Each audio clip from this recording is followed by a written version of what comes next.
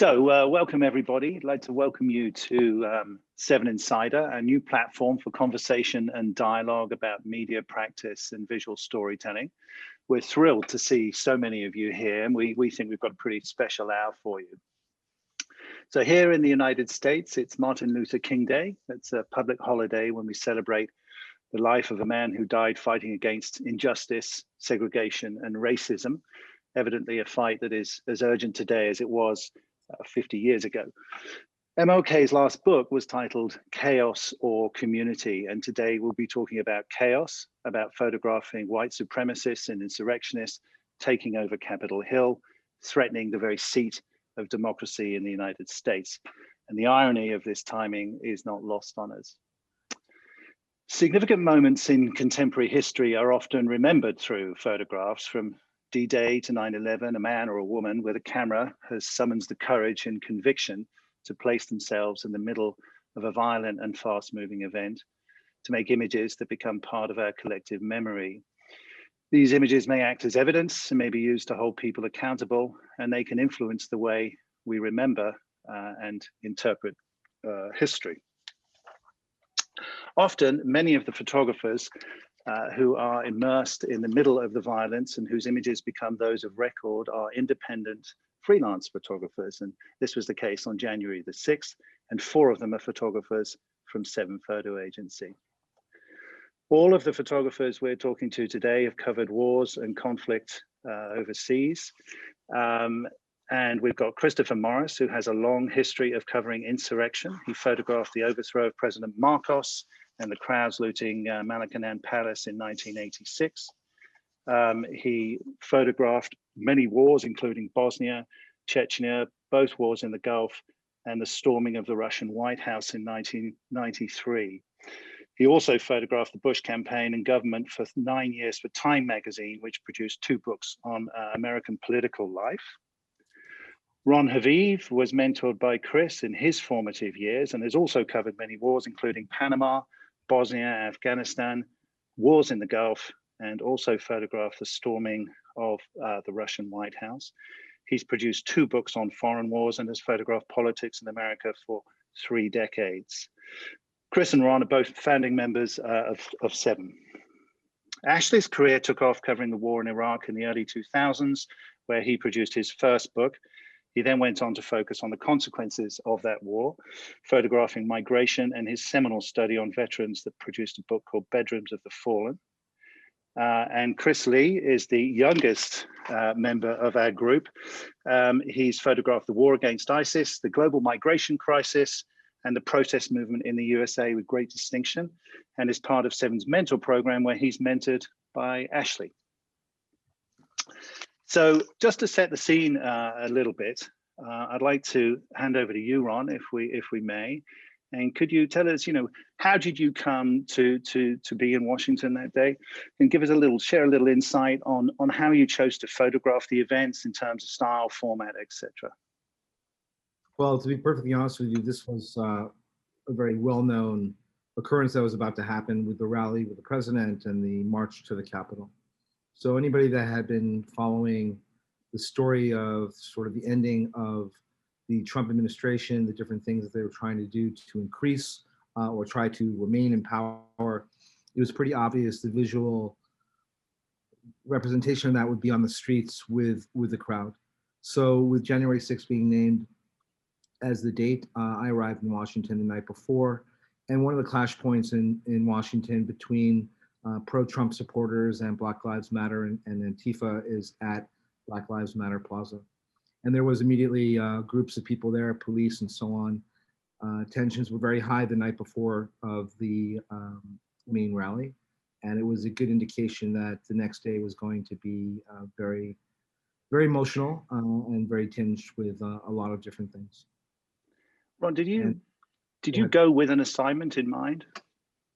I went without an assignment. I'd been working on this story to some degree throughout the year, photographing the Proud Boys, one of the different groups that support the administration, as well as Black Lives Matter protests, and Antifa, sometimes separate, sometimes when they collide together in DC, in Boston, in Portland and other places. So this was just sort of a natural for me, kind of a natural continuation of the story. Okay. So thank you. And Ash, you know, could you tell us your journey down to Washington? You're not normally one for photographing politics, so what took you there? I avoid politics. It's like one of my 2 rules, which is no fashion and no politics. However, the only time in the past, and then recently during the 6th, I've lifted that rule for the New York Times Magazine. So they, Amy Kellner, my editor, sent me a note and asked if I was interested to go and cover it for them. So I accepted because I figured that this would be a story that was beyond politics. And so I got done the day before, and while some of my, you know, I scouted as I always do. I looked at the streets, I looked at the rallies that were already taking place the evening before, and then I went back to rest while Ron stayed out working, photographing clashes the night before, because I figured I had a feeling that maybe I should save my energy for the next day. Okay, thanks. And Chris Lee, so tell us about your journey to Washington. Yeah, I didn't go there with an assignment. I picked one up en route, actually. But for the last couple of years, I've been photographing kind of the way that Americans have been interacting and conceptualizing the military experience and everything like that. And it's kind of naturally led me to photograph kind of a very militant movements and stuff like that, militias and everything like that. And so, as Ron said, this was a very well advertised event. I thought this was particularly unique as well, because this is one of the very few times that Trump kind of did not give that very subtle dog whistle, but gave a very explicit marching, in my opinion, marching orders and instructions for his loyalists and his followers to be there, including a lot of the people that I've been photographing in this work.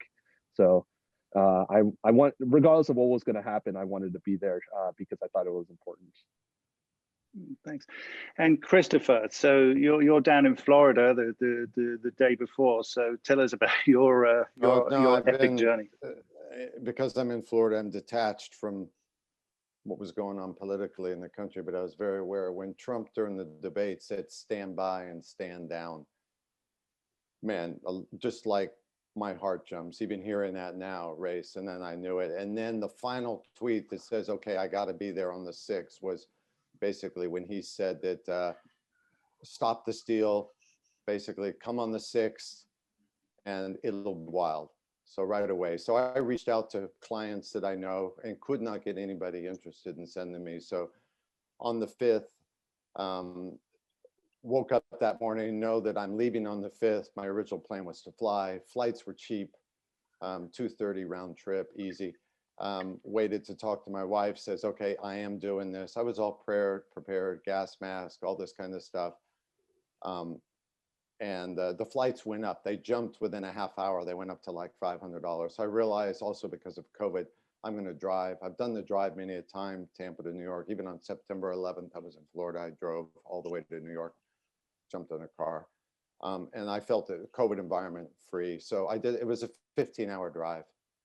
And that's how I decided to go. I knew it was going to be wild, but it far exceeded my expectations. I never would have went to, people don't realize this after the drive. I don't know if you want me to get into this now, but after in a car, I left at 6 o'clock, Tampa, Florida. I arrived at the White House at 9 o'clock in the morning. I stopped 3 times for power naps, 20-minute, 45-minute naps, arrived, got out of the car, was immediately met, parked up the street in Georgetown where I was going to stay, Ubered down to the White House, and was immediately met with tens of thousands of maskless, screaming, mad, insane people that had gone mad. And that was my morning. And my big fear was not what was going to happen up the thing. I figured the police would hold the line. We're going to be there all night. My big fear was COVID. I've covered wars. I'm not a man that scares easily. And I was scared. I was scared of COVID. It's an unseen enemy that's now, you know, we see the numbers that are going on around the world. This is frightening. So that mixed with the lack of sleep and cold and that, it was a real mind warp for me. That's a pretty epic journey. Thank you, Chris. So I think the only one of you then who arrived with an assignment is Ash. The rest of you picked them up en route or when you got there. So if we could talk a little bit now, if we bring up the context sheet, Gianna, number 58. So if we can show a little bit there, just the scene,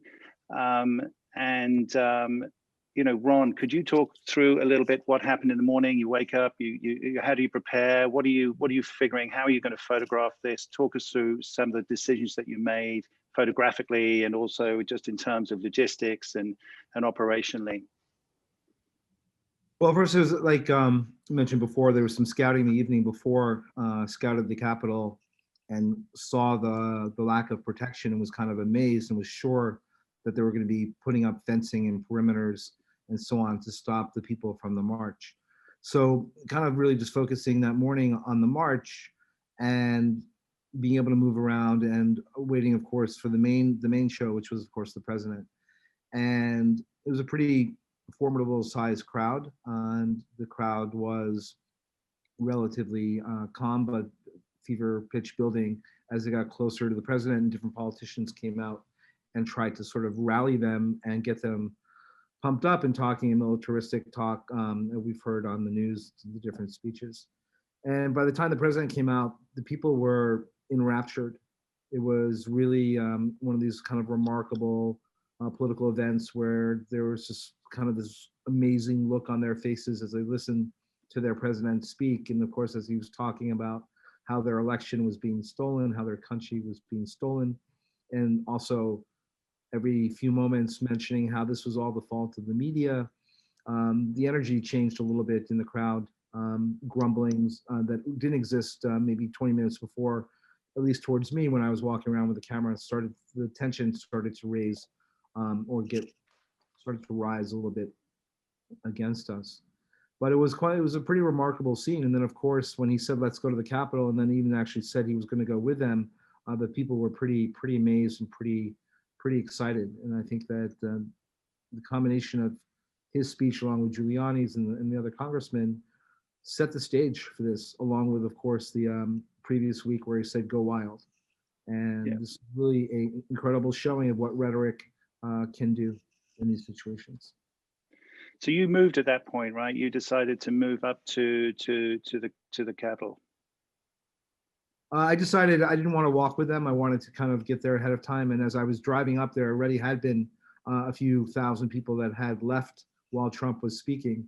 And I was getting tweets that some flashbangs had started and there was some confrontation with the Capitol Police. And so I headed towards the inauguration stand side of the Capitol. And when I arrived, they were already basically trying to break into the building.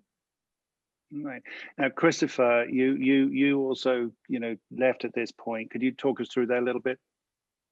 Just, I realized I needed to, my whole plan, I knew it was the Capitol. I knew that was where we were all headed. I had to quickly get back and get proper clothes on. I was frozen. When I had raced out of the cars, I didn't put on any kind of warm clothing.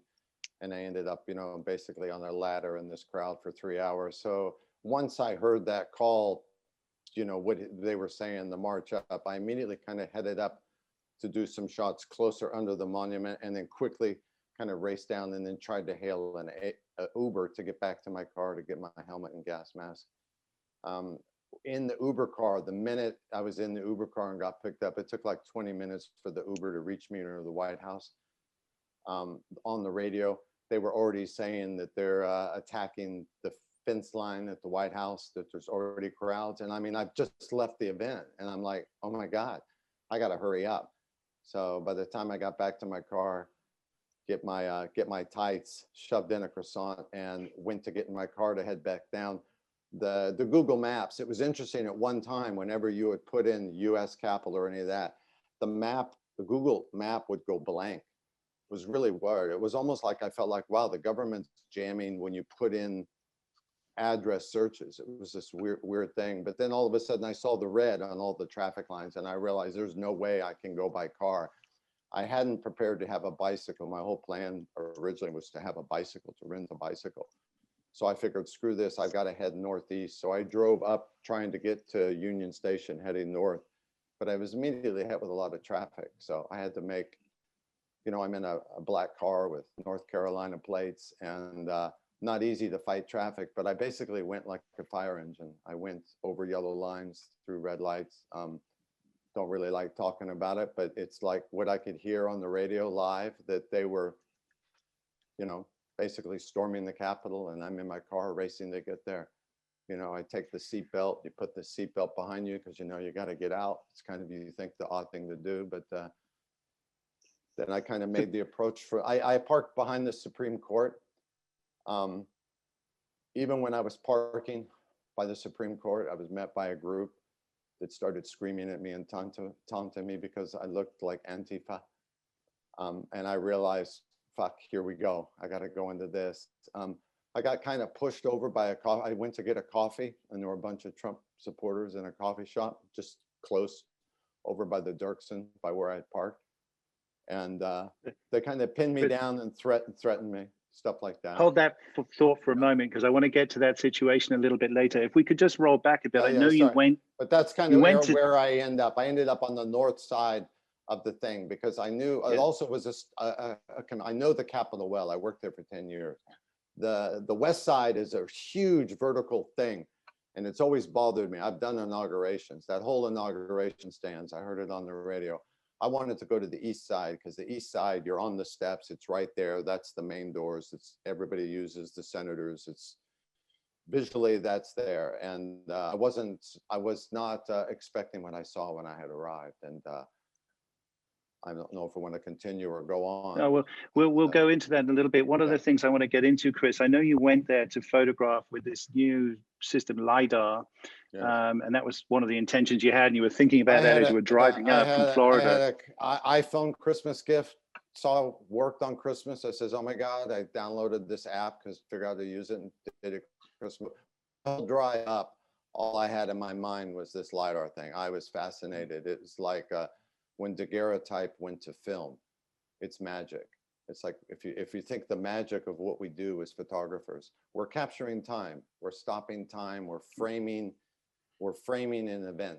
That's all that photography is. And the fact that it's just a step in evolution. We went from daguerreotype to the magic of when film, sheet film. Oh my God, they got sheet film. That was magical. And all of a sudden we went from film to digital, and all of a sudden I wake up Christmas morning and we all have these LiDAR scanners. So because of the overwhelming of the situation, I forgot about the iPhone. I was doing video, slow motion video. I was trying to do photos, and I was also trying to survive for my life. And people don't realize that. Every one of us had unique situation. I've covered the world. I've been beaten. I've been arrested. I've been thrown in jail. I've done coups. I've done it all in that regard. I was afraid for my life on the east side of those steps. There were a good 45 minutes that I basically had to fight for my life and stand my ground. And to see that in my own country, extremely frightening. Extremely. We'll get to that, Chris. Just hold that thought there, man. We'll get to that. I want to get back now, if we can, to Chris and Ash, who are back next to Trump and sort of moving up towards the Capitol. So Ash, if we can get to you, I know you and Chris are on a WhatsApp group, you're communicating. So what was the process? How did you sort of figure out where to move? Were you with Chris at the time? Were you guys together? Were you independent? And just go through that thought process a little bit. And if I can ask you to talk about image number 7, which is a sort of Les Miserables image for me, a very powerful image of the guy waving the Gadsden flag down there. But if we can, talk us through the process of moving from the speech up to the Capitol and when the violence began. Oh, I saw that Chris, I saw Chris obviously photographing in the crowds, but I saw that most of my colleagues went ahead to the Capitol, and I stayed behind, actually on the mall, because I was still very unhappy with the images that I had made of the rally itself. And I felt like I was going to screw up the entire assignment because I didn't have any pictures that I was happy with at that point. And so I'd found this bottleneck on Constitution where the crowds were streaming towards the Capitol. And I think that's the DOJ on the left-hand side. And I saw this man with a flag. So I climbed up on top of a drinking fountain and started photographing that and photographing these masses of crowds leaving, to the point that the crowds had thinned out because almost everybody had left. And it was at that point that I think Chris had found a moment to pause in between the malaise between what was taking place outside the Capitol. And he sent me a message which said, get to the, Ashley should get to the Capitol. And when Chris Lee says that, you get your ass to the Capitol. There's people who send you messages and it's like, don't worry about it, it's not that big a deal. But when Chris sends it, you know it's serious. So I ran, because it was the only way I could get there, as quick as I could. And instead of taking Constitution, like I ran north and then down Pennsylvania because I knew the crowds would be thinner. So I got there very, very quickly after making the image of this guy with a flag that reminded me, I was sort of making a nod at that amazing image of the Reichstag with this picture, with that federal architecture, thinking that this was the best I was going to get all day. Like, honestly, my judgment is so thrown right now for what we're experiencing. I didn't think anything more than this was going to happen, and how wrong I was. Chris, if we can go to you, you took this sort of very quiet image number 2, the Confederate flag with all the US flags in the background. You move up from Trump's speech, and then bang, you immediately get into image number 8. This guy gets hammered by tear gas. At what sort of point? I mean, these are extraordinary images. I think you did an incredible job. You really kicked ass. But at what point, were you aware that things were just really shifting, the mood was changing, and how did you respond to that in terms of not only your practice, how to photograph, but just in terms of how to behave, how to move, how to protect yourself, as well as being able to produce the images? So the thing that I noticed, and maybe because I wasn't in the middle of the crowd, and I was kind of working a little bit on the perimeter of the rally during Trump's speech, I noticed that a lot of people started drifting away, at least on the edges, on the perimeter towards the Capitol. And this was actually in the middle of Trump's speech. I believe it was maybe like almost 30 seconds after he said, we're going to march to the Capitol during his speech, that I see people start kind of like trailing off. And so since I was there for a particular reason to kind of follow his loyalists rather than photograph a bunch of people listening to Trump, I figured, hey, why not? Like, let's go over there. And it seemed quiet at first, and as soon as I started getting towards the front steps of the Capitol, did I see just tensions rising and people getting a lot more excited, a lot more aggressive, and just people piling up on these very flimsy metal barricades that they had put up around the steps of the Capitol. And can we move to number 11, Jana, image number 11?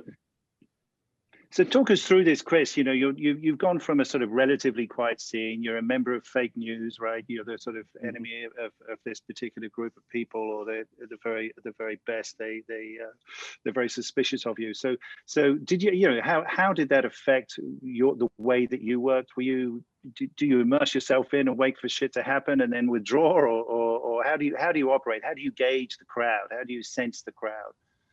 Yeah, the things that I've kind of picked up over the years, and the things that people like Ash, Ron, and Chris have kind of taught me anecdotally, is that you kind of figure out where the energy is in the crowd. You figure out where, not necessarily where the loudest is, or like where people are shouting the loudest, but where kind of the concentration of like the energy is moving and like people progressing as far as what their goal is. And I think Ron, I had run into Ron underneath the scaffolding at this point, but I noticed at least that you know, the cops that they were, the Capitol Police that they were up against, they only had batons. They didn't have necessarily shields or these crowd dispersal techniques or instruments. And so I figured that if they're gonna make any kind of headway through the cops, it's gonna be probably over here where it's the weakest, and it kind of does bottleneck at this point. And you just kind of have to fight that feeling of, is the picture somewhere else? Am I in the right spot? Am I totally blowing it? And just kind of stay there and just see how the situation unfolds. Thank you. Ron, if we can go over to you. So you know, you guys, you've now sort of come out of your car, you're making your way over to the Capitol, you're sort of immersed into a whole new environment. Can you just talk us through that a little bit? Sort of, how do you read the crowd? How do you pick up? How do you make the decisions where to go, what to photograph? Because, you know, the crowd has surrounded the Capitol, right? And so how do you choose where you go? Or talk us through that process a little bit, please. Sure. I mean, this is now entering, at least for myself, the world of hindsight and regret of decisions made and decisions not made. And so when I arrived, I saw them moving towards the scaffolding. There was already clashes, fighting, tear gas, and so on. And I thought, oh my God, it looks pretty obvious that they're going to get into the building. So I very quickly moved to the scaffolding, which is one of the ways they were getting to be able to get to the windows and doors. And by doing that, I wound up being one of the first people inside the building, but at the same time, I lost all the photographs of the perspective of overall, the wide shots and so on, because I immediately went inside and became very intimate with them. So after this photograph here, I was photographing them in the scaffolding and then kind of moving around. One of the things also, the scaffolding, was that I had no idea whether the scaffolding was finished or not. Like, the guys, construction guys, left the scaffolding and said nobody should go on the scaffolding until we were done screwing everything in. So I was also waiting for the scaffolding to collapse because, of course, and plus it wasn't made for people to be climbing like that inside. So I was trying to get through the scaffolding and to the entrances as soon as possible. And it was, for myself, I had my experience interacting with these guys was the opposite of what Chris and other of our colleagues experienced. Nobody really spoke to me. I was able to kind of move pretty seamlessly throughout, which was great. And the next worry, of course, was that when you are with a group, with a mob attacking a building, and there are defenders inside the building, the question is, will the defenders start shooting from inside the building, which is a normal defense tactic. Something that I've seen. Chris and I have been together in Russia and other places where all of a sudden gunfire comes flying out of windows, irregardless whoever's in front of the window. And so you had to kind of judge and make that decision. Are the Capitol Police or whoever's inside the building going to open fire or not? And to me, making an educated guess, and of course being lucky, but understanding that at one point it seemed quite obvious that was not going to be their defense. Therefore, going into the building was more going to be hand to hand, some of this weak tear gas, flash bombs, and so on. And of course, the biggest fear, of course, being COVID. So the danger of that kind of thing of being shot minimized very, very quickly for me. Thank you, Ash. If we can go to you, just had a question here which somebody's raised, which I want to ask.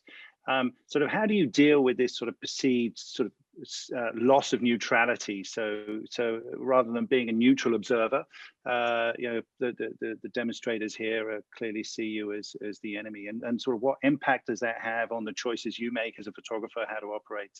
For Ash, question for you. I don't think I've been regarded as a neutral observer at any point in my career since I was working, you know, as a professional photographer at 18, and I'm 42 years old now. I've always been regarded as a cockroach, as the enemy, as some sort of like some sort of object to definitely get far away from the lines of being able to see what is taking place. And that has always been for one underlying clear reason, which is people don't want photographers around because we provide evidence of what actually takes place. And when people are doing shit like this, they don't want us around to see it. So I don't think that Wednesday, January the 6th, 2021 was any different from most days of working in my life as a photographer. Yeah, I'm sure it's the same for everyone. So you know, when you're going up the steps, you know, the mood has changed. You move from the speech, you're entering. You've got this crowd at the Capitol. It's chaos. It's pandemonium. You've got, you know, several mates around. Sort of, what are you anticipating at this point, Ash? You had low expectations of this day, right? So, you know, things are now ramping up. I think I'm with Ron on this. Like, this is when it all starts to turn into a regret as far as decisions made. However, that was one decision I took a chance with, and I had very clear discussions with my editors at the magazine that I would go, but I would be taking risks in my coverage that might mean we would miss other pictures, and my editors were comfortable with that. So when I arrived on the steps, or to the edge of the steps on the Capitol, I could see that there were police on the stairs. I could see that the protesters, the loyalists, were making their way up the stairs, and I could see people climbing the wall. And I saw immediately that that was an amazing picture of people climbing the wall. But if I focused on shooting that and making a great picture of that, I would miss the moment that they may breach the building. So I climbed the wall as I saw the police retreating up the steps, and took that chance, just the same as Ron says. Like, I realized I was giving up what I saw as very important and very powerful pictures, but I have seen pictures of protesters outside the United States Capitol. And what I haven't seen is pictures of protesters inside the United States Capitol. And I felt that risk of maybe going inside and photographing people inside was worth it. Key.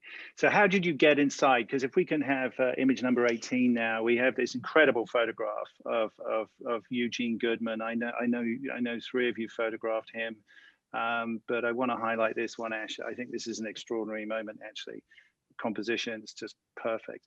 And you know, this guy has this incredible presence. Who would want to be him? So could you just talk us through the process of physically getting in the building? How did that happen? Where you sort of just... Go ahead. I got to the terrace of the Capitol, which overlooks the mall, and I turned around very quickly as I was climbing these steps because everybody behind me was saying, "Don't stop, don't stop." All of these protesters, I guessed, and they just kept screaming, "Don't stop," as everybody was climbing the steps. This huge, like, thick mob of people. So I stopped and turned around. I took a picture, and then I got onto the terrace, and I saw Chris Lee over close to what looked like a doorway. So I joined Chris, and the protesters were using shields and bats to smash windows. And once they got through the windows, they popped a door that they're also smashing, and I walked through that. And I wasn't sure at that point if I was by myself or not. But at one point on the way in, I turned around to take a picture of all the crowds as they immediately after they entered the building. And in the crowd, actually, in this picture that I really like of that moment, because it's just chaos, is Ron and Chris in my picture. And so knowing that they were right there and we were all together gave me a little bit of, gave me a lot of confidence, because we look after one another in these situations. But then the crowd, like, they moved quickly through the corridors and they were stopped by this officer. And so we were with the first 20 or so people as they were moving through. So I started taking photographs, and you have to raise your camera above your head to get through the crowd. And I immediately thought that somebody was going to be shot, whether it was Chris Lee, whether it was Ron, whether it was one of the protesters, whether it was me, because the officer was very forceful. He was very clear that nobody was to be moving through there, and they kept moving towards him and moving back and threatening him, and he kept touching his gun.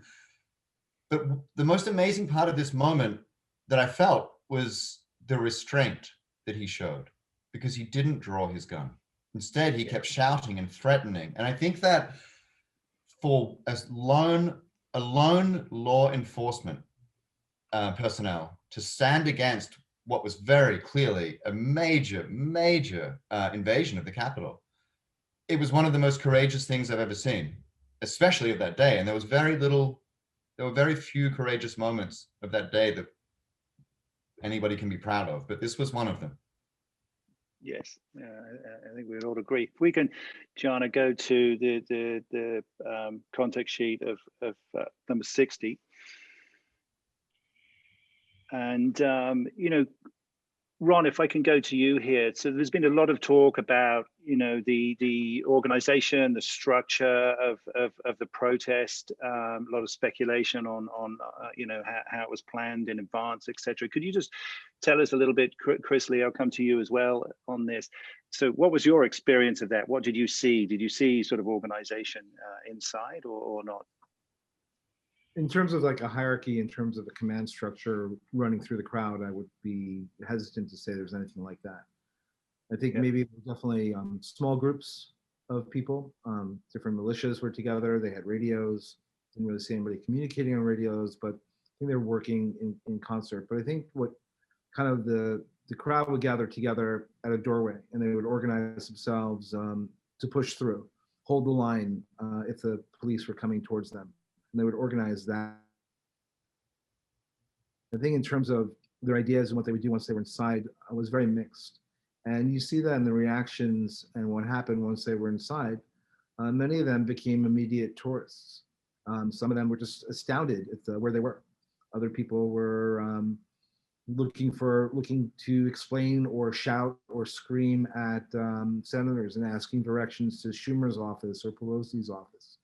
Whether or not they wanted to hurt them, harm them, I think we'll find more out. But I think those were the people in the minority.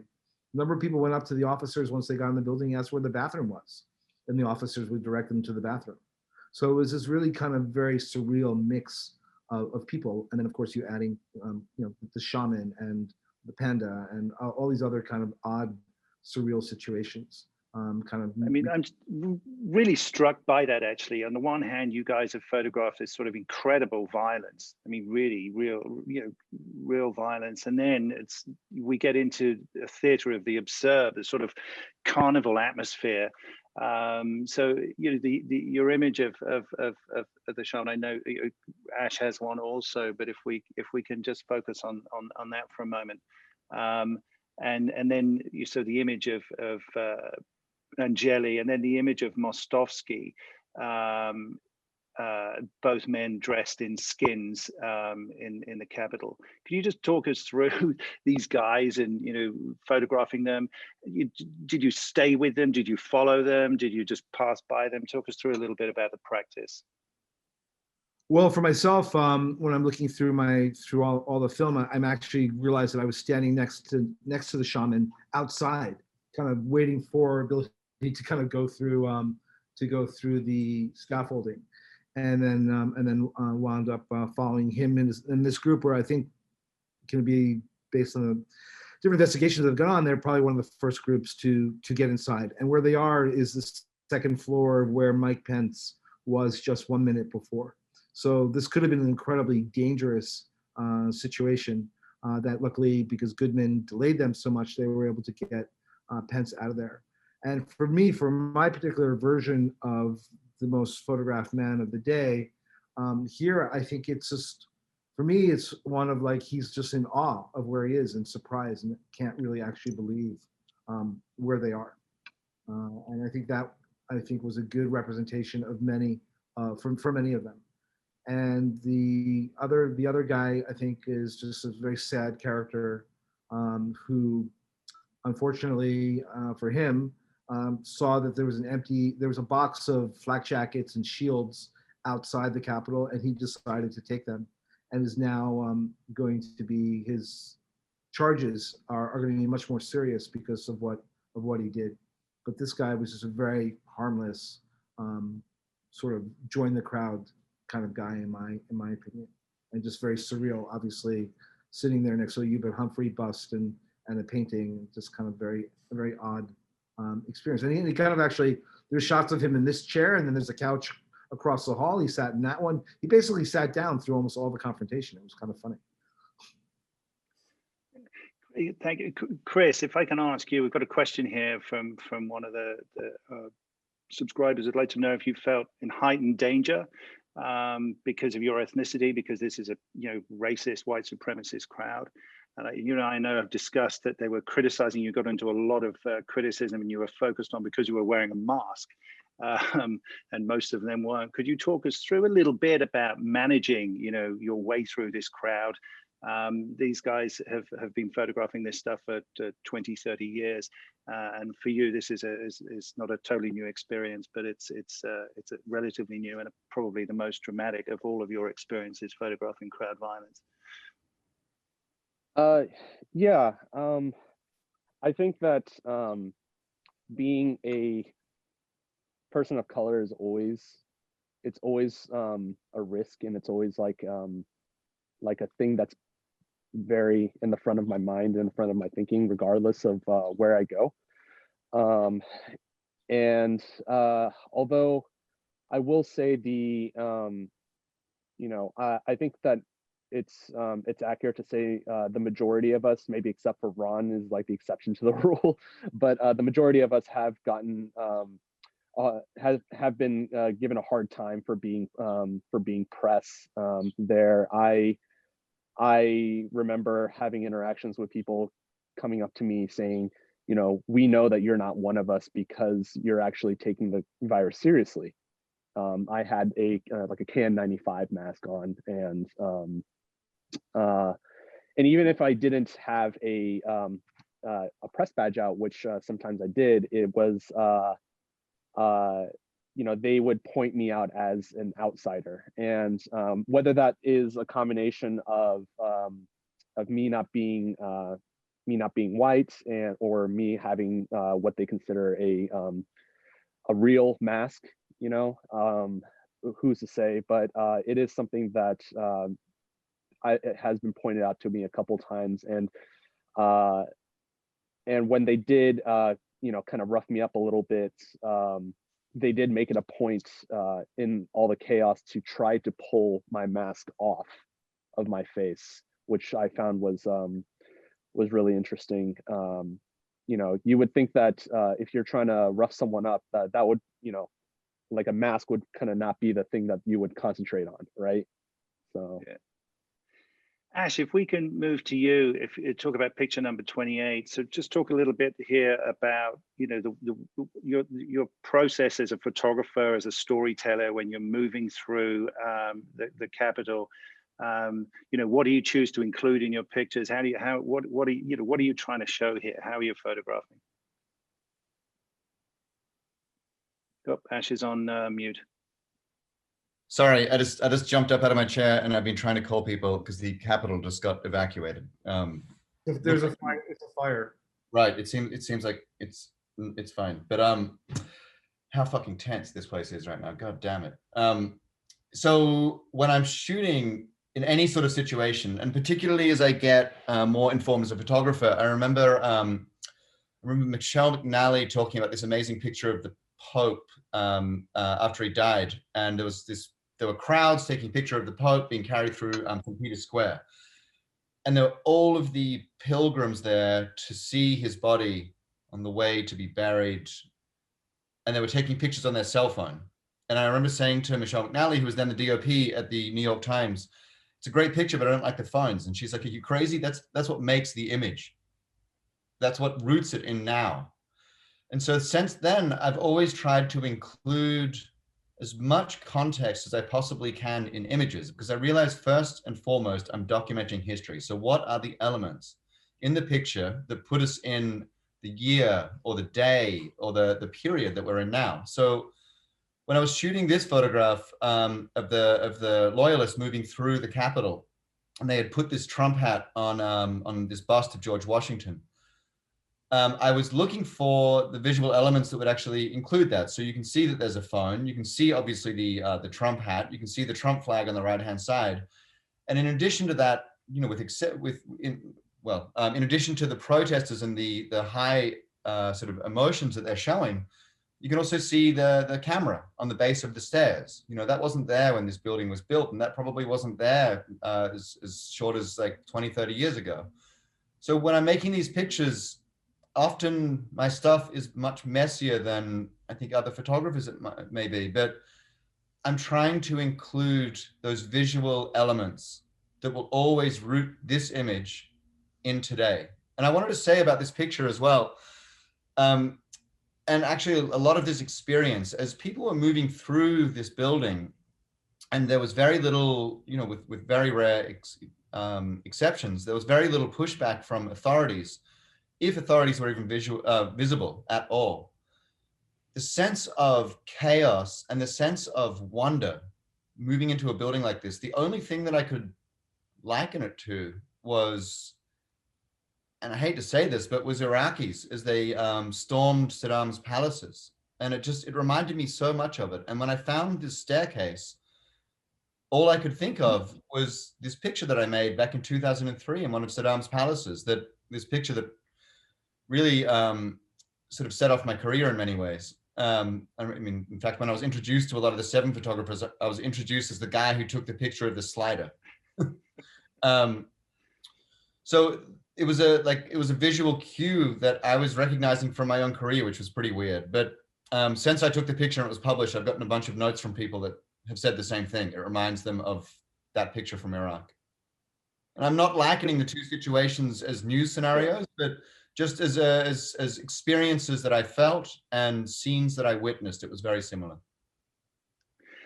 Thank you. So Ron, Ash is talking there about sort of, you know, image construct choices. I know we've had a conversation where you were discussing finding images when you went back to your hotel room in the evening that you can't remember taking. I think this is one of them here on the screen. Could you talk us a little bit about your practice and what you were thinking of as you were moving through the building? Because the guys have described to me in conversations before this that you were incredibly calm and moving around the building very, very elegantly and sort of just slowly moving into a situation and moving out. But could you talk us through a little bit about your process, please? Well, I think all of us were trying to really understand what was going on. I think one of the problems in this building was, at least certainly for me, was I wasn't familiar enough with it, and I didn't know it's a labyrinth of hallways. And it was quite interesting that each hallway you would go down, there'd be something different happening. There would be protesters moving through, police watching them, no police, confrontations, or a panda standing there. It's just kind of a little bit of a surprise. In fact, actually, I really didn't even recall photographing this panda until I saw the image later. And this is, again, very indicative of many of the situations that we've seen here and in other places, that you have these surreal moments amidst all of this violence. When outside, they're yelling at, kill the guy with his own gun, there's a guy with a panda and a liberty flag standing calmly amongst riot police. And so I think I don't think any of us did it, any photographer did it in terms of capturing the entire thing, but our goal always is to try to capture the mood of what's happening through the events, through composition, through details, through the emotion of whether you're using color or black and white, and person trying to say something specific with their work.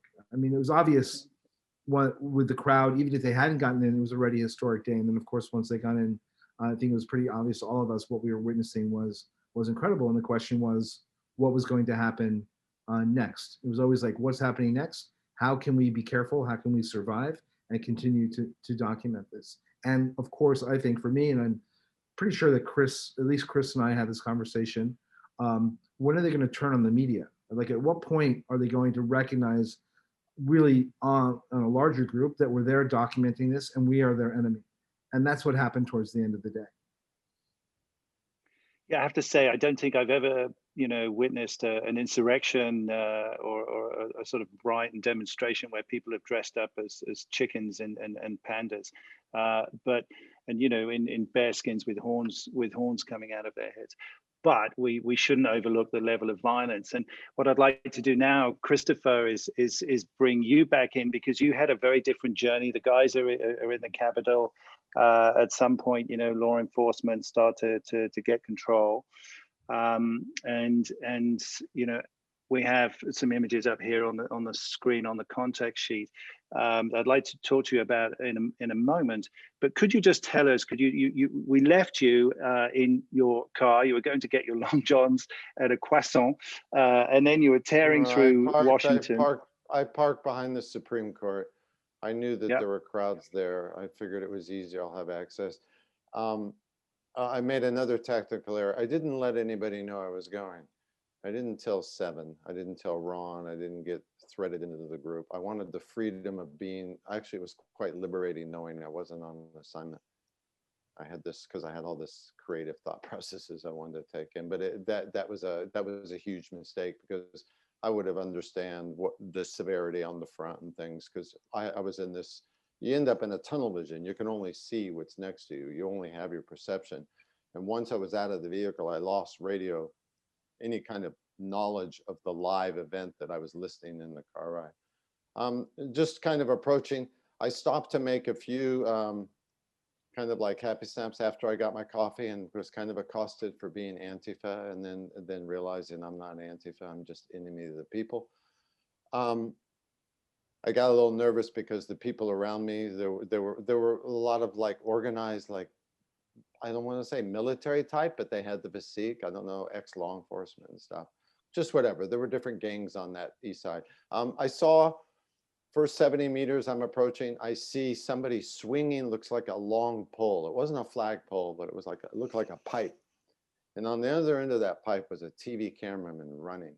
And I'm seeing this from far away. It's like a 200mm shot that I need, which I definitely don't have. I just think, oh my God, they're attacking this cameraman, and he gets hit, and the camera goes off his shoulder and he falls down, and the guy sets on him and beats him, and the guy gets up and runs, leaves his camera. It looks like a network cameraman. So immediately I'm like, oh fuck, I can't go that way. So I turn that way and I look into the crowd, and again, now off maybe still another 50 meters away, I see this crowd like fighting, and out comes running a photographer wearing a gas mask and helmet. So immediately I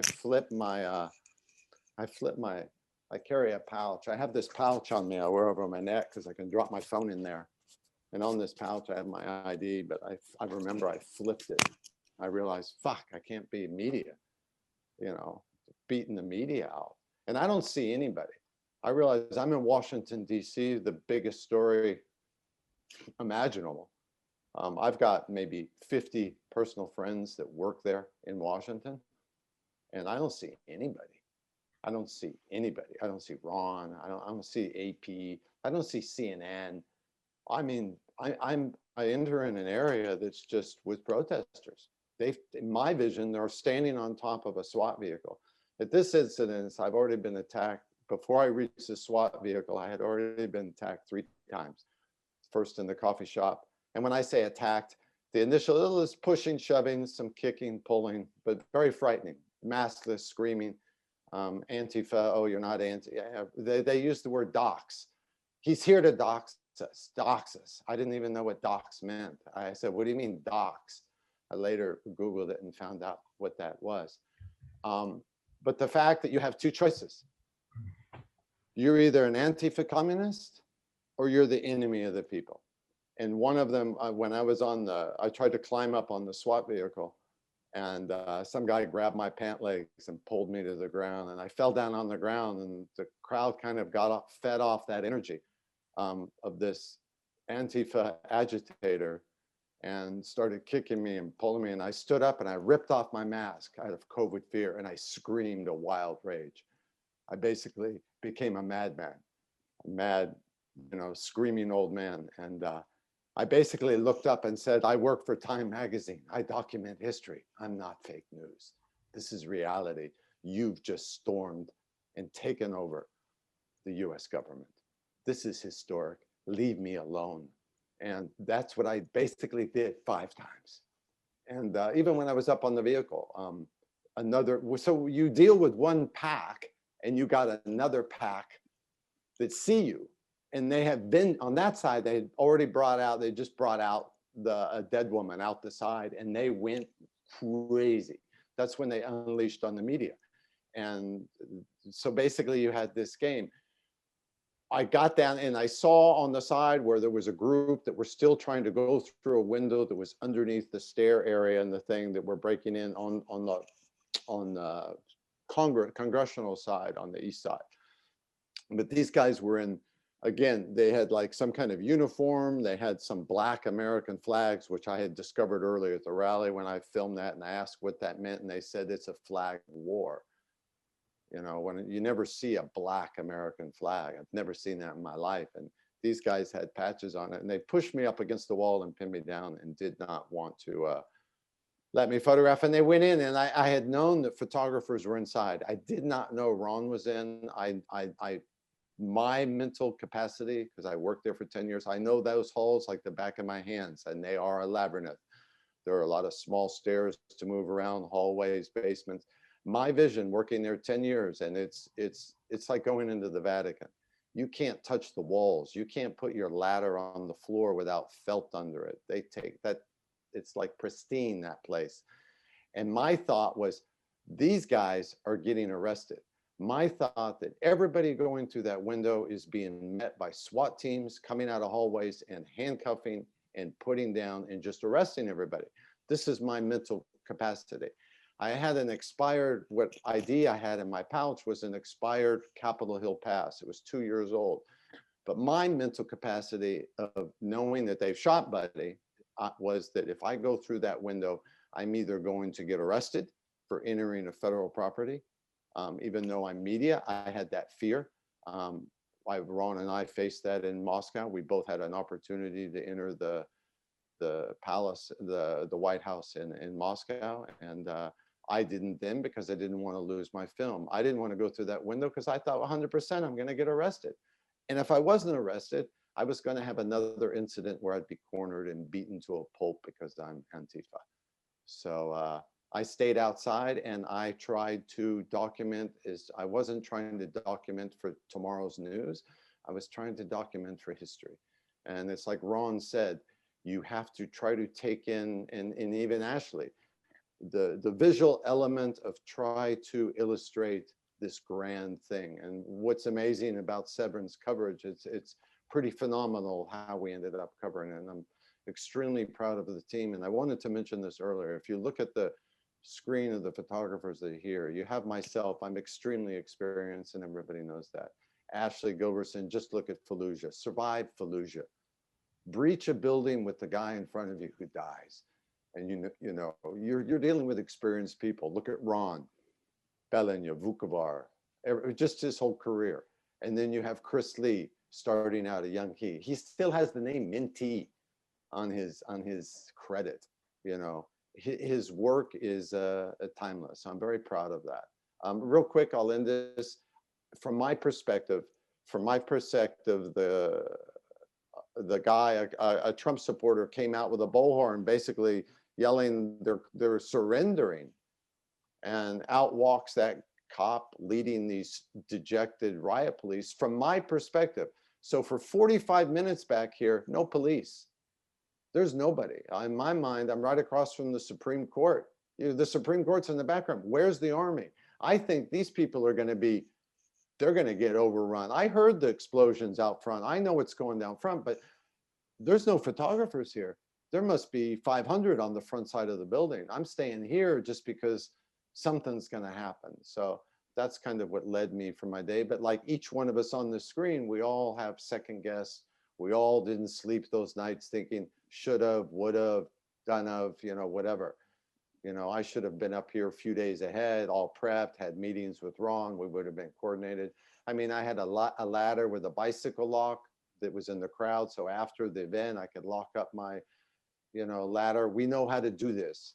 You had 4 extremely competent and professional photographers that know how to document this history. And I'll just kind of let it go by that. But I've very few things have shaken me to where I can weep. And that event that day, I can weep. I didn't weep in Grozny. I didn't weep about watching different revolutions in different countries. There's a couple incidents in Sarajevo that's, I guess it's PTSD that can cause me to have tears. And that event and what I encountered on the East Side puts me in that state of mind, because I feared for my life. I feared for my life in my own country. I had to defend myself that I'm an American.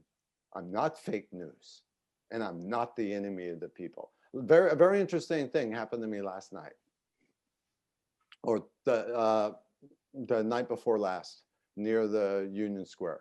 I get out of the car in my attire. I've got my pouch with my thing. I approach a checkpoint. They're searching the trunks of vehicles. These are hooded men in balaclavas on civilian streets in America.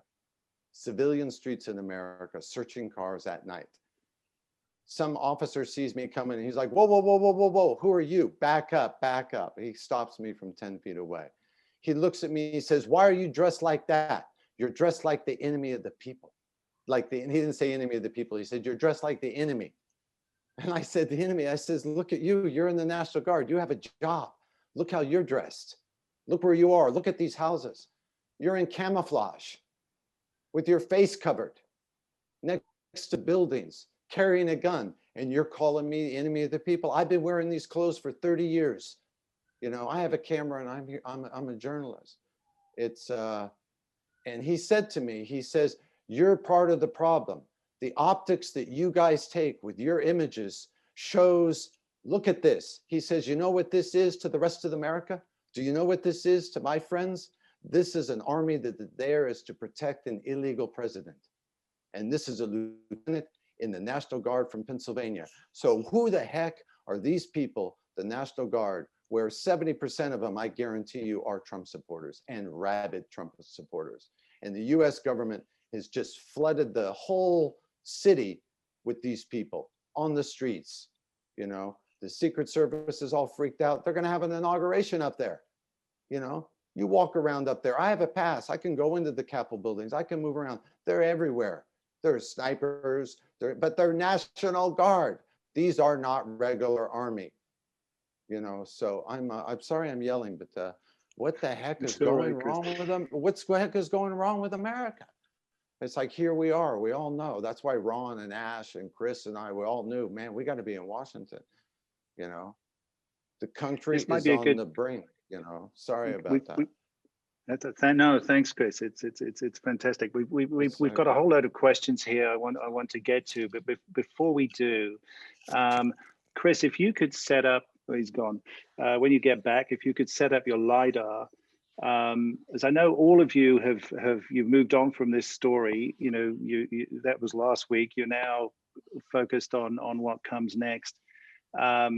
So, you know, Ash, Ron, you're both in DC, I think, at the moment, right? What could you tell us what you're preparing to do? Chris, if you could line up LiDAR, we're going to, Christopher, if you could line up LiDAR, we're going to get to you in a moment. Just want to get over to Ash and Ron to talk about what comes next in their coverage.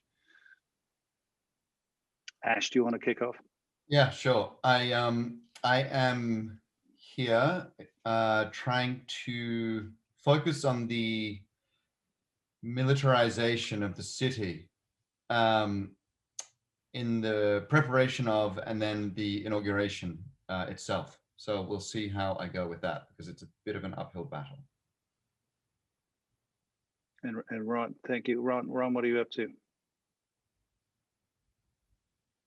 It's quite similar, I think, you know, where this is, well, it's kind of amazing, you know, there have been National Guard on the streets of Washington for the last 3 inaugurations, but they were there pretty much as traffic cops and backup and so on. And here they are on the streets with an order or the ability to kill at will. They have lethal force. Lethal force has been allowed. So it's a huge difference. They are defending the Capitol. I'm not sure I totally agree with what Christopher was saying, but it is an occupation / defense / we'll see what happens moment. It's a historical moment. An inauguration hasn't been in this sort of mentality or this emotion since Lincoln, and I think that it's our job to continue to document this, and probably chances are by Friday the city will look completely different again. And so this is a very small window of something that represents something much bigger, the division of this country, which continues. That's right. Like, Ron, I'm with you on that. Like, as difficult as coverage is without access to the various perimeters as you get closer and closer to the Capitol. Even the images of National Guardsmen armed on the streets of Washington, D.C. are like somewhat astonishing to see by themselves. Like, and I fully recognize like the historical importance of making those images, you know, again, with as much context as we can at this time. Like I keep pulling back and seeing that and just being astonished. Like last night I was coming back from dinner to the hotel that I'm staying at, and a block south, there was like 350, 400 soldiers checking into a hotel, which I photographed. But seeing that was like my jaw, I feel like my jaw just keeps hitting the ground. And so I think even though it is not very straightforward to photograph this, and it seems like it would be, like it sounds like there's military crawling on all the streets, it's not that way. And it's not very easy to make a straightforward picture, like a picture of a soldier in front of the Capitol, for example. But that said, I think anything that we can make in this has vital historical importance as part of documentation of this very peculiar time. I think it's important to just add this one thing. I think it's really incredibly important that the visuals here, however interesting they are, it is the context, it is the caption that takes it to another level. Ash and I were at the Capitol in Pennsylvania yesterday, National Guard protecting the Capitol. They are defending the Capitol against a possible attack from militias or whoever to disrupt an election. Put that in your head. They're defending the US Capitol against attack, not from a foreign invader, but from some American group. That is unique, and we are in a very strange place. Oh yeah, I mean, Gianna, I don't know if you have the chance, just before Chris lines up his thing, image number 40, you know, the photograph, Ash photographed this scene too, but this image of police, number 40, the one before that, the police coming out. In any other context, you know, these guys would be projecting authority, would be projecting power, and here this is actually an image of humiliation, which for me is just it's absolutely extraordinary.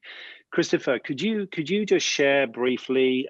We know that you hopped in your car, you drove for 15, 16 hours overnight from Florida to go and shoot something called LiDAR, which I'd never heard of until you did it. But you know, you've made some extraordinary photographs in the hours and days that have followed January the 6th. Could you just share a little bit about that and show us what you've been doing, and then we'll ask some of the questions from the audience. Yeah, it's I've heard of LiDAR drones and all that kind of stuff. I never really paid much attention to it. Christmas, I'm looking for Chrome. I'm going to show Christmas morning. I got an iPhone, trying to figure out what it was, this LiDAR thing. Understood that it's not a camera. It is not a camera. All it is it shoots out rays of laser that take digital measurements. When I discovered what I could do with around my Christmas tree, it just was happed around that. So for me, it's just a progression. It's a progression, like I said before, the magic of trying to capture a scene. But if I play here, it's like, okay, this is just in the, so this is the breach door. This is the east side that they went through, but you can turn on the measurements. So basically you have to walk around with your iPhone and you scan. It's like scanning the document. So, and what's really fascinating, and I realized so that it's actually, because when you use photography, the minute you put on a 28 or even a 70 millimeter, you're not kind of seeing reality with the human eye. So whatever we do with photography, there is always some kind of like optical manipulation. What I became fascinated with this is the reality of measurements. So if you watch this, what it is this is just me moving the object. So basically you do a scan, it's super low res, and then you can change the pixel dimension. So once I have it in a laptop, I'll be able to do high res. But it's interesting if you watch here, and I hadn't shown this before. So everywhere you see, I've had to paint. You have to paint with the phone. So in a sense, it's a creation. This is a one of a kind. It can't be replicated. And if you see if the agents move. So here you'll see, you get the scale. So that's, I meant 13 meters across is 6.6. So it's quite interesting. So I'll go different things, you know, it's, fascinating. So it's like even here, troops on the street. And I realize wherever there's no data, wherever it's these empty holes, that's where the scanner doesn't pick up. It's like here, this Martin Luther King, this isn't all very appropriate for today. It wouldn't scan his face. For some reason, it wouldn't scan his face. Now you don't realize it. I'm not. So to me, it's just another form of anthropology. It's another form of documentation. It's available to everybody. That's what's just so mind-boggling. It's not as easy as it looks, because you have to move around and paint, and if you accidentally get your feet, you'll have a piece of tennis shoes in the frame. So yeah, it's just another way of storytelling, and I call the series Fractured Democracy because it has this kind of like feel. But what's interesting is here, it's like when you have this is just last night at the park where he went to the church and he held the Bible. So it's interesting how you move around this space. It's basically utilizing technology. That's it, pretty much. I want to show kind of where the measurements come in because I think that's interesting. So that's sort of reminds me a little bit of. Everybody out there, it's like some people like to go back and shoot film. To me, it's just a new way of capturing our society. Like I said, I've always had a love of photography, and then it's really weird. It's like this one. So you see the cross. I'm painting the cross. I know I draw the line. I do tests. For me to make this of the soldiers in the Capitol, I have to walk. You can kind of see right here is me, my feet. But I had to walk through these soldiers, make a very long scan, walk over here, walk over there, and then boom, then you hit process. And what the heck? And what's interesting, it's all down to the centimeter accurate. So why not use it? The future of photography is just going to be off the charts with the technology. That's it. Reminds me a little bit of forensic archaeology. Thank you, Chris. Yeah. That's fantastic. I want to get to a few questions here. So I've got one here from Linda Robbins. So recognizing that many of these photographs will become the iconic images that will define that day in history, what do you want people to see? So Ash, can you have a stab at that one? I hope that I hope that all of these images represent what all of us regard our jobs as, which is to record and then present and archive all of these situations that we saw in the most honest and the most objective way that we possibly can. As images that were created with integrity and that represent truth of that day. I think that's that's the basis of what all of us do at this agency as photographers. It should also be recognized that all of the images that the four of us created here are by no means a thorough recollection of that day. We all missed pictures, and this is the thing, like all four of us missed the picture of the chamber. And between us, we got a lot, but by no means did we get all of it. Yeah. That's very important. What you don't photograph is often as important as what you do, right? The question here about advice for young is from a gentleman who teaches photography in the United Kingdom. And he's asking, any advice for young photographers? So Christopher Lee, you are one of them, and you did an exceptional job that day.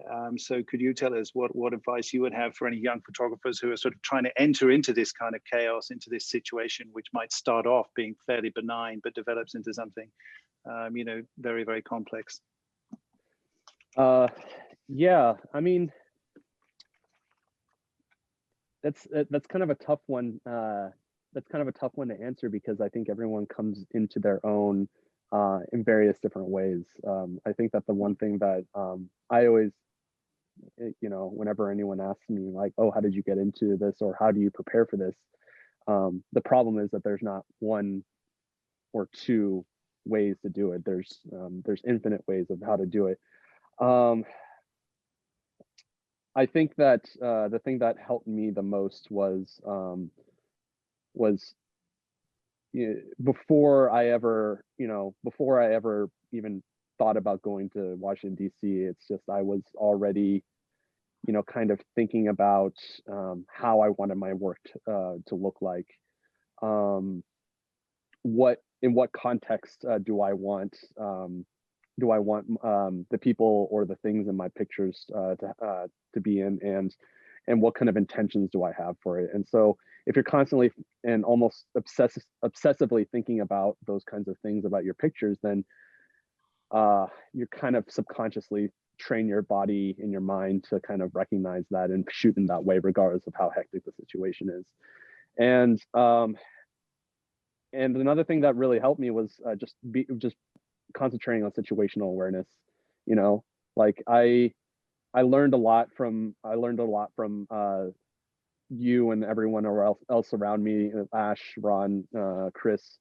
But the thing that I guess you kind of have to like pick up yourself and just kind of constantly practice in your mind is just being aware of what's going on around you, and know to trust your gut to say, okay, I'm safe here, or I'm relatively safe enough to be here, or I need to get the hell out.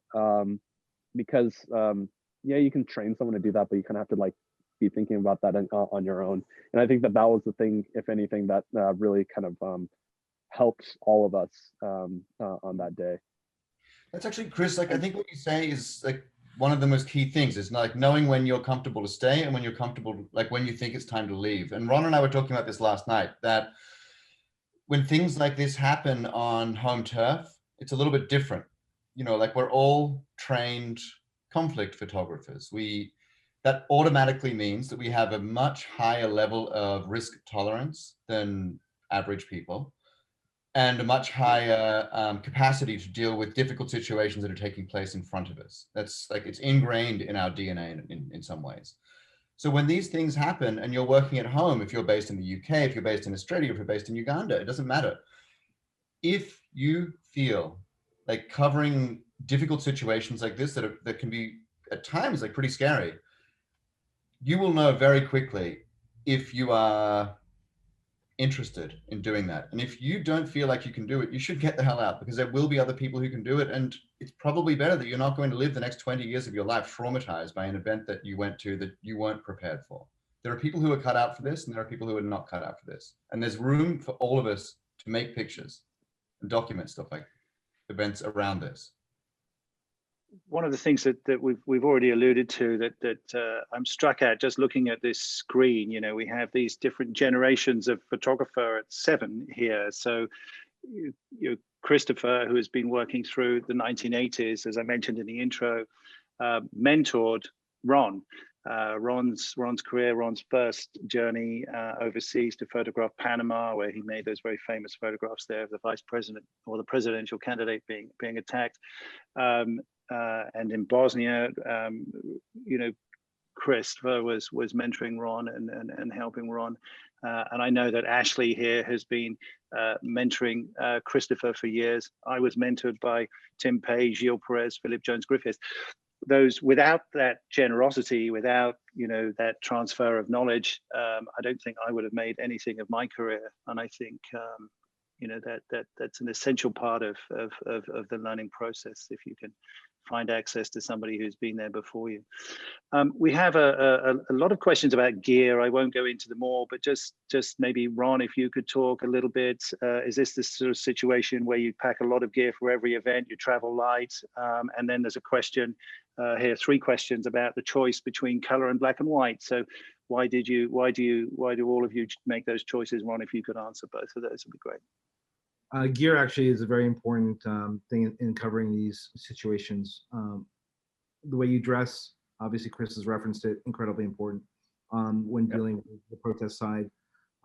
Trying to be low key, inconspicuous, be able to move through crowds. So I'm using Fujifilm mirrorless cameras, very small, not like with giant lenses. So often the protesters think of the kind of cliche version of the press photographer. So trying not to look like that is important. Having protection for, we all have, aside from our K95s, if real tear gas is being used, we have gas masks, and we have things to deal with if you get tear gassed, different kind of material, saline solution, eye protection, eye wash, all these things you should be always carrying when dealing in these situations. But it's important to be very nimble and be very careful. And in terms of black and white or color, I think each of us sees the story in his or her own way. For myself, even though the client I was working for the New Republic wanted to use the work in color, I saw it more as a black and white story. So I decided to use black and white for my representation of the story. But it's the way everybody feels about their work and how it relates to their voice. Another group of questions here about just process orientated for other photographers out there. So to what extent are you in conversation with each other as you're moving around and operating during the day? We've touched on that a little bit. I know Chris Lee and Ash, you were on a WhatsApp group, but are you isolated? Are you working in pairs? I know in covering wars, mostly we would try and work in pairs. But on this day, it seems that you guys were working in isolation for some of it, certainly Christopher Morris. Who'd like to have a crack at that? Christopher, why don't you? I know today, on the January 6th, you were working alone, but generally speaking, do you work with others? Usually in conflict, I always want to be with somebody else. I want to be with somebody else for several reasons, mainly if you're hurt. You've got somebody there to kind of help get you out. In extreme conflicts, it's also, there's just different factors. I had no problem. That day I wanted to be alone because I knew there were packs of journalists. It's just a personal decision. Also in my mind, you had the interior, the photographers that were on the inside. There were a lot that were accredited that worked there. So in my mind, the inside is cover, and it's Ashley where he made that decision. Do I go through the window? And then I'm going to miss all I kept seeing is I just couldn't believe that people, I was waiting for somebody to appear on top of the dome with a big Trump 2020. There's stairs. I know I know the stairwell that can lead you to the top of the dome. You can get out there, just like at one point. So, but having, you definitely need to be in contact with somebody. And if it's a big spot news story, you should have somebody, even if it's a family monitor, that is watching the news or listening to the radio that can direct you. If you don't have any guidance, your tunnel vision, you do not know what's happening in your 30, 100-meter sphere of vision. That's I mean, the whole scaffolding on the front side could have come down and killed everybody, and I wouldn't know about it on the back side. Right, but there's also a good chance you never would have known about it because there were so many people there. Getting a signal to have a conversation or even sending a text was incredibly difficult. It was a very rare. I never touched my phone to look at anything on it. I was just too overwhelmed. I had problems just getting the GPS to get me up to the Supreme Court. The GPS kept going out. The screen on my GPS would go black. It was very strange. My editor was actually looking very closely at events as they were taking place, and she was sending me messages as things were happening. Like as the pictures started coming out of the chamber, moments after the photographers were taking them, I was finding out that was happening. So I was honestly like looking but I had never been in the Capitol before. I had no idea how to get to the chamber. Like it's a labyrinth. Right. So I had really good comms, and occasionally I would see photographers inside the Capitol, but the last 45 minutes, I didn't see anybody. And now, like looking at this slideshow today, I realized that Chris and Ron, you must have been upstairs in the offices while I was downstairs in the rotunda, and they were pushing to get into the chamber. I mean, like this whole thing is not like things happen 20 feet away from me, and I have no idea until I see the picture. The chamber is just off to the left, down the hall from the rotunda. Right. It's just go down the hallway, you know. All right, Chris, that's a little late. Thank you 30 for minutes. Yeah. I know. Good. There's a cluster of questions here, guys, about there's a funny one here from somebody who says he's asking for a friend about how those of us in our 50s and 60s manage all this. But I won't ask you that. But what I would ask, Christopher, you've alluded to this, you know, PTSD and sort of processing all of this stuff. So, you know, last week, you know, big event, enormous event, violence. You guys are all in the middle of it. That's last week. This week, you're all, you know, moving on to the next thing. How do you process this stuff, and to what extent do you work with each other to do that, if at all? Ron. What? The question was for Chris. I'm going to ask you. I'm So it's just I'm very solitary. Everybody knows that. Ron. Yeah. So how do you process this emotionally? Because it's you know, you're constantly moving from one story to another. So for a lot of the world, they look at an event, you know, last week. It's an enormous event. It takes weeks to sort of process that, to investigate that, to think about it, to imagine it, to reimagine it. And largely through, you know, reading the press and looking at news and talking to friends. You guys are off there ready for the next installment. And, you know, emotionally, there is a price to pay for this stuff. So we have a number of questions here from people just wondering, you know, how you do that. And I'm wondering, to what extent is friendship important? Yeah, I don't want to be cavalier about it. But this is a very sort of vague, broad answer, but we can dive into it maybe offline if people are interested. But basically, these experiences for me become part of me and who I am, and will then affect the next decisions. It will affect the way that I'm working this week, and will affect the way that I see things, and will continue to, whether it's tomorrow, a year from now, or 10 years from now. And it's been like that ever since the beginning. And I think, you know, you have to understand how to acclimate yourself within these own experiences in order to be able to continue working. And if you're unable to do that, then this job is certainly is not the type of career that one should have. Yeah, guys, we were supposed to end at 11:15. We've overrun. It's been fascinating, and I know you guys have to go off and do work to the next thing. But is there anything that you would like to say? Gary, I wanted to kind of, if it's possible, I wanted to kind of add to what your question to Ron and Ron's answer as well. Yep. The thing that I kind of had a bit of, I guess, like a reckoning with is that I think you know, all of us have worked worked extensively in other countries where our lives have been in danger in one way or another, but at the end of the day, you know, we still have a passport to get out and to leave that danger whenever we see fit, you know. I think what we experience is a very rare occurrence where we got to have a small taste of what it was like to have to be in a situation and feel what our colleagues in, let's say, Iraq or Afghanistan face on a daily basis if you are native to that area. And I think that was, for me, that was really eye-opening. It's something that I think like we maybe as an industry might take for granted a lot of times, especially as Americans or Europeans. And it's because like whenever we leave a story, we don't have the threat of, let's say, a neighbor, you know, being present. I live in Texas, and I'm very much, you know, kind of coming to terms with the fact that, yeah, the guy that I talked to at the post office or at or pumping the gas is will, you know, there's a very real chance that he or she was there wishing death upon, you know, me or like one of my colleagues. And I think that we got a little taste of that, of what a lot of our colleagues face, you know, around the world. Thank you, Chris. That was very, very beautifully expressed.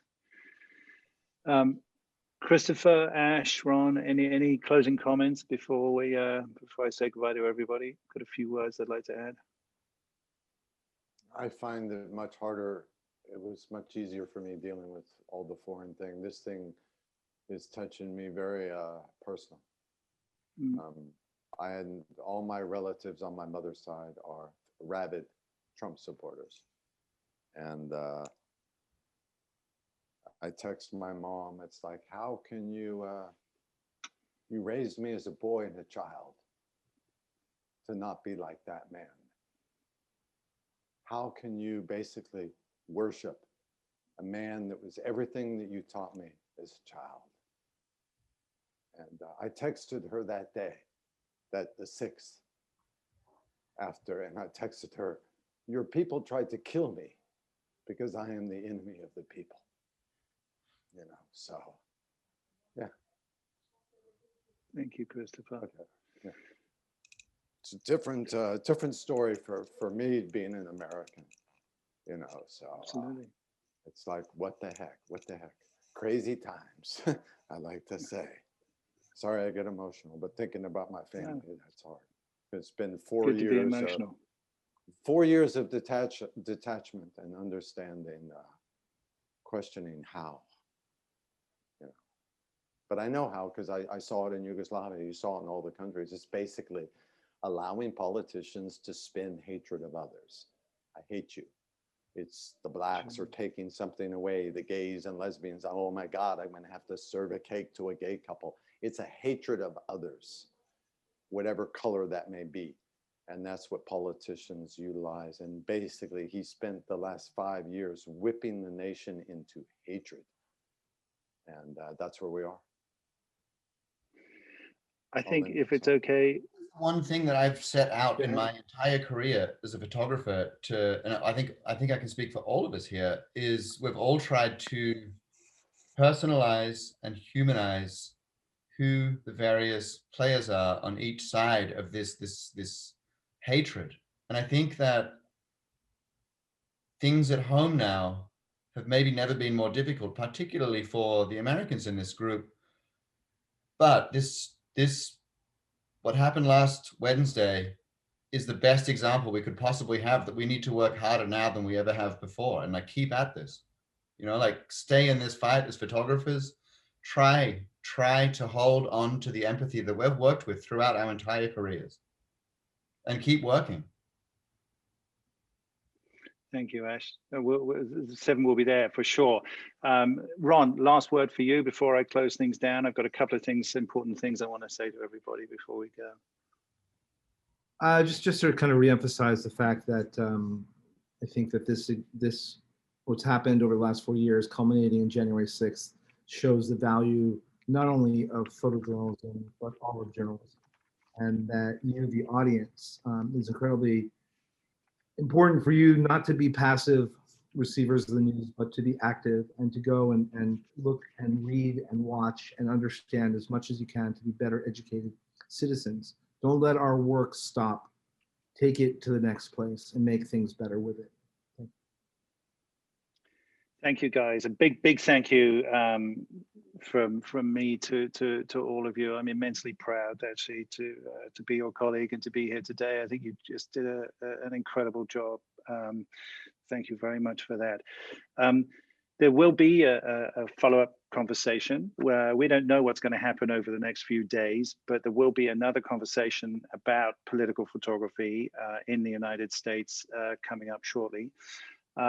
And what we've decided to do at the Seven Foundation and Seven Academy is print a limited edition newspaper zine using the work of Chris, Christopher, Ash, Ron, and some other text essays that will be available for free to any subscribers, premium subscribers, premium insiders to our program. So I urge you all, please, if this conversation was interesting to you, please sign up for our premium subscriber service. We've been operating this for a year for free. We're now trying to enhance it, and please tell your friends, share the word, and sign up. Those of you otherwise will be able to buy that journal through the Seven store. So we've got coming up the second part of a conversation with two curators, Hilary Roberts and Alison Nordstrom. And then next Tuesday, Ron's back on air with Marcel Saba talking about the work of a photo agency. So thank you, everybody, for being with us today. Thank you most of all to Christopher, Chris, Ash, Ron, and Gianna and Fiona, who are managing the background. Thank you very much.